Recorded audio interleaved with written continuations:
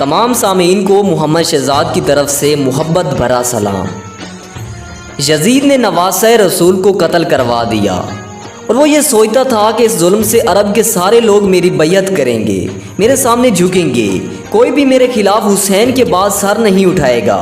لیکن جب رسول اللہ کی بیٹیاں قید ہو کے کوفہ و شام کے بازاروں سے گزریں تو ان کے خطبے سنتے سنتے لوگوں کے مردہ ضمیر جاگنے لگے اور یوں یزید کے خلاف بغاوت پیدا ہو گئی۔ ہر کوئی یہی سوچنے لگا کہ اسلام اللہ کا دین ہے، محمد مصطفیٰ اللہ کا رسول ہے اور یہ خاندان اللہ کا محبوب ترین خاندان ہے۔ جس نے اس کے ساتھ ظلم کیا اس کو بادشاہ کہنا سب سے بڑا گناہ ہوگا۔ اور یوں مدینے والوں نے یزید کی بیعت سے انکار کر دیا۔ یزید نے مدینے پر حملہ کیا۔ تاریخ میں لکھا ہے کہ 3 دن تک یزید کی فوج مسجد نبوی میں اپنے گھوڑوں کو باندھ کے اصحاب رسول کے ناموس کے ساتھ بے حرمتی کرتے رہے اور یوں مکے سے بھی یزید کے خلاف بغاوت پڑنے لگی۔ پھر یزید نے خانہ کعبہ پر حملہ کیا اور خانہ کعبہ کو آگ لگا دی۔ اس واقعے کو واقعہ ہیرا کے نام سے آج بھی یاد کیا جاتا ہے۔ ہر کوئی یزید پر لعنت کرتا رہا، لیکن یزید کسی کو بھی اپنے خلاف دیکھتا تو اس کا سر قلم کروا دیتا تھا۔ لیکن اللہ کی عدالت انصاف کرتی ہے۔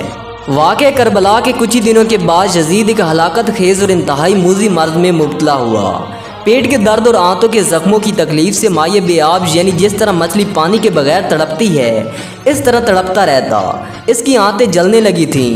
وہاں کے حکیم پریشان ہونے لگے تھے کہ یہ کیسی بدترین بیماری ہے کہ تمہارا پیٹ اندر سے ختم ہو رہا ہے، جل رہا ہے۔ یزید کو اتنی پیاس لگتی تھی کہ وہ پانی کے لیے ترستا تھا، لیکن جب پانی پیتا تھا تو وہی پانی اس کے پیٹ کو جلاتا تھا۔ وہ اپنا سر پیٹتا رہتا تھا اور اس کے محل کے لوگ یزید کو اس حالت میں دیکھ کر یہی کہتے تھے کہ یہ عذاب حسین ابن علی کو پیاسا رکھنے کی بدولت ہے۔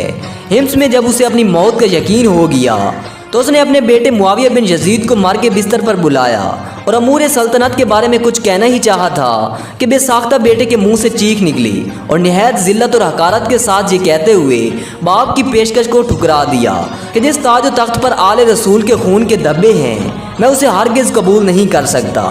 خدا اس منحوس سلطنت کی وراثت سے مجھے ہمیشہ محروم رکھے جس کی بنیادیں نواسہ رسول کے خون پر رکھی گئی ہیں۔ یزید اپنے بیٹے کے منہ سے یہ الفاظ سن کر تڑپ گیا اور شدت رنج و عالم سے بستر پر پاؤں رکھنے لگا۔ موت سے کچھ دن پہلے یزید کی آنتیں سڑ گئیں اور اس میں کیڑے پڑ گئے۔ اس لعنتی یزید سے اتنی گندی بدبو آتی تھی کہ کوئی بھی اس کے پاس نہیں جاتا تھا۔ بہت قیمتی اور نجاب قسم کے عطر بھی لگائے جاتے پھر بھی اس سے بدبو نہیں جاتی تھی۔ اگر کوئی حکیم بھی اس کے پاس آتا تو وہ بھی ناک اور منہ لپیٹ کر آتا۔ اس کا پیٹ کیڑوں کی غذا بنتا جا رہا تھا، تکلیف کی شدت سے چیختا تھا۔ پانی کا قطرہ حلق سے نیچے اترنے کے بعد کانٹوں کی طرح چبھنے لگتا تھا۔ عجیب گہرے الہی کی مار تھی، پانی کے بغیر بھی تڑپتا تھا اور پانی پی کر بھی چیختا تھا۔ ان دنوں عرب کے بدترین نشے کو یزید کے سامنے پیش کیا جاتا تھا تاکہ یزید نشے میں رہے اور اس کو یہ درد محسوس نہ ہو، وہ پیاس کے لیے تڑپے نہ۔ ایسے نشے کی حالت میں سپاہیوں سے کہنے لگا میرا وہ بندر کہاں ہے جو میرے ساتھ رہتا ہے؟ لوگوں نے کہا شاید جنگل کی طرف نکلا ہے۔ وہ اپنے گھوڑے پر بیٹھ کر جیسے ہی باہر گیا تو گھوڑے نے نواسہ رسول کے قاتل کو اپنی پیٹھ سے گرا دیا اور یزید کا پاؤں گھوڑے کی رکاب میں پھنس گیا۔ وہ گھوڑا دوڑتا رہا اور یزید زمین پر گرتے گرتے اس کا سر ایک پتھر سے جا ٹکرا، لیکن وہ گھوڑا نہ رکا یہاں تک کہ اس کا پورا جسم ٹکڑے ٹکڑے ہونے لگا۔ چند روز تک اس کی لاش چیل کموں کی دعوت میں رہی۔ بالآخر ڈھونڈتے ہوئے اس کے سپاہی وہاں پہنچے۔ اس کی لاش میں ایسی ہولناک بدبو تھی کہ قریب جانا مشکل تھا۔ ایک گڑھا کھود کر اس کی سڑی ہوئی لاش کو دفن کر دیا گیا۔ یزید کی قبر شام کے کسی گندگی کے ڈھیر کے نیچے دبی ہوئی ہے اور لوگ اس لعنتی یزید کی قبر کو دیکھ کے لعنت کرتے ہیں۔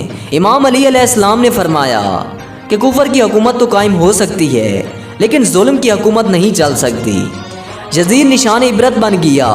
اس زمین پہ جو بھی ظلم کرے گا اللہ اس کا نام ختم کر دے گا اور آنے والی نسلوں کے لیے اس کو نشان عبرت بنا دے گا۔